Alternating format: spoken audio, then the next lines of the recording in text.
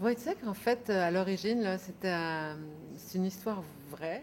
Un déserteur de l'armée allemande qui avait assassiné sa femme. Büchner s'est servi de ce fait divers pour écrire une pièce. Je crois qu'il a été touché par le fait que c'était un pauvre homme, un pauvre diable. Il a transformé ça, en fait, pour en faire une critique sociale assez véhémente aussi. Il raconte cette histoire-là, c'est-à-dire d'un homme que la vie amène à commettre un acte horrible. En fait, il subit l'oppression de tous bords, tous côtés, parce qu'il est pauvre, parce qu'il faut qu'il travaille, parce qu'il se démène pour gagner la vie de sa famille. Puis, il tue la femme qu'il aime, qui est la seule personne à qui il tient. Mais c'est alors qu'il ne se révolte pas contre ceux qui l'oppriment. Wojciech va être quelqu'un qui va obéir beaucoup. Il se révolte pas contre son état, sa condition, parce qu'il doit rapporter des sous. Il gagne sa vie pour faire vivre Marie et son jeune enfant qui vient d'arriver au monde. Et tout à coup, il s'aperçoit que Marie a une histoire avec le beau gars du village. Puis de voir sa blonde qui le trompe, ça le trouble beaucoup, beaucoup, beaucoup. Puis aussi, je pense qu'il entend des voix. Et ces voix-là le mèneront à commettre l'irréparable, c'est-à-dire à tuer Marie.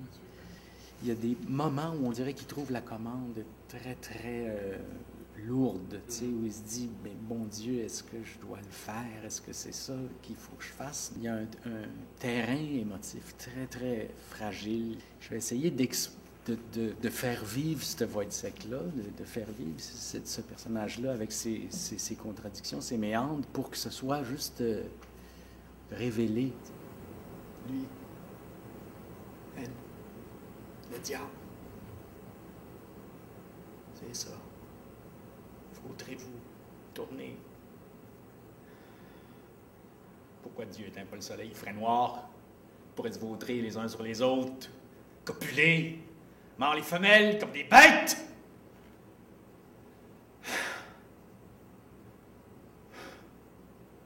Ils font ça en plein jour. Ils vous font ça sur la main comme des mouches. La femelle est chaude, chaude. Encore plus. Lui, il y a plein partout. Sur tout le corps, il y a les joues rouges. Pourquoi ça devient rouge devant mes yeux comme une mer de sang? Pourquoi ça devient rouge devant mes yeux comme s'il se vautrait dans une mer de sang, une mer rouge? C'est une pièce qui a été créée en Allemagne en 1850. Puis, à l'époque, c'est une pièce qui était considérée comme extrêmement révolutionnaire, mais la montée comme telle qu'elle aujourd'hui, la situer dans l'Allemagne du 19e siècle, ça ne traduit pas la résonance que ça peut avoir pour nous aujourd'hui et la résonance que ça avait à l'époque. J'ai décidé de la mettre en confrontation avec le présent, enfin l'histoire québécoise aussi, pour que certains des thèmes qui sont abordés là-dedans soient vraiment vivants, puis qu'on ne soit pas juste là comme des consommateurs de musée, quoi. J'ai toujours été intéressée par toutes les mécanismes de l'oppression et surtout par la façon dont ça se traduit dans les êtres, dans la chair des êtres humains, quoi. C'est-à-dire, en fait, comment ça se traduit dans l'intimité. Tu sais, Büchner, quand même, c'est un regard à la fois, oui, comme je disais, révolutionnaire. Donc, ça m'a toujours passionné, le théâtre qui bouscule la tradition établie. Alors, on peut le retrouver chez Coltès, chez Muller, chez Sarah Kane. Alors j'aime les écritures aussi qui sont dérangeantes, qui ne sont pas des écritures classiques, traditionnelles.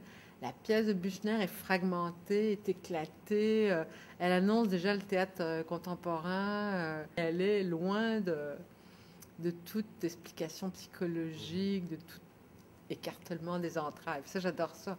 Puis c'est comme un poème épique. Puis aussi, il y a beaucoup d'espace pour écrire le spectacle sur scène. Alors ça, c'est vraiment génial.